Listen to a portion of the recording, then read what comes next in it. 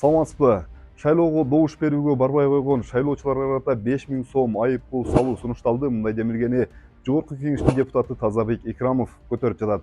Ал атуулдарды шайлоого катышууга милдеттендирүү зарыл деп эсептейт. Учурда бул мыйзам долбоору Жогорку Кеңештин сайтына коомдук талкууга коюлду.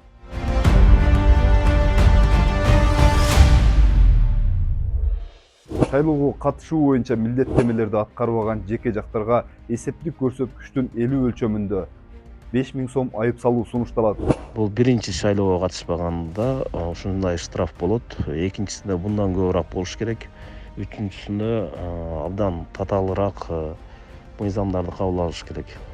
Себеби мамлекетке кайдыгер адамга мамлекет дагы кайдыгер мамиле жасашыбыз керек да. Борбордук шайлоо комиссиясынын маалыматына ылайык, кечээ жакында Бишкек шаарынын Ленин бир мандаттуу шайлоо округу боюнча бир мандаттуу шайлоого 15.413.9 сомго жакын каражат сарпталды.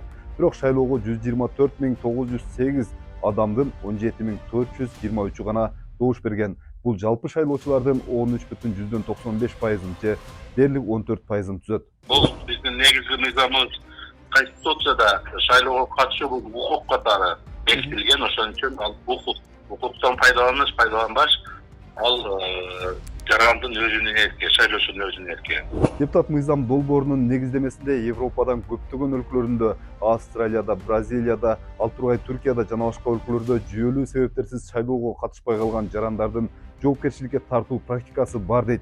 Мындай эреже көптөгөн адамдардын шайлоолорго катышуусун камсыздайт. Мисалы, Түркияда болуп өткөн президенттик шайлоонун тажрыйбасын карасак, анда 64.145.504 шайлоочунун ичинен 55.835.895 адам добуш берген. Бул жалпы шайлоочулардын 87%-дан ашыгын түзөт. 30% эл гана шайлоого катышат, калгандары мамлекеттин тагдырына кайдыгер да.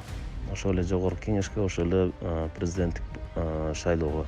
Шайлоочулардын көпчүлүгүнүн шайлоого катышпай калышынын кесепеттери Кыргыз Республикасынын Конституциясында бекитилген демократиянын негизги принцибинин бузулушуна жана республикалык бюджеттен акча каражаттарынын негизсиз ысырап болушуна алып келет дейт депутат.